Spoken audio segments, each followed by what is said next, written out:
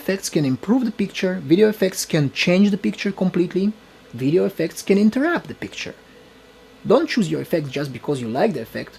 The effect should tell something. The effect should have a meaning. So let's suppose we have some piece of video and we decided to make it like arty fancy and we want to use some effect. Before you use any effect, you should think over, is it necessary at all?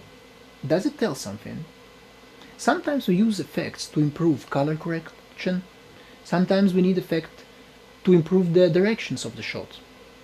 Sometimes we use effects to improve the sound quality.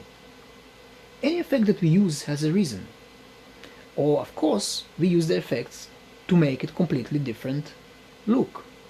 We can use different effects in different situations, but we should use them smart and not just by chance.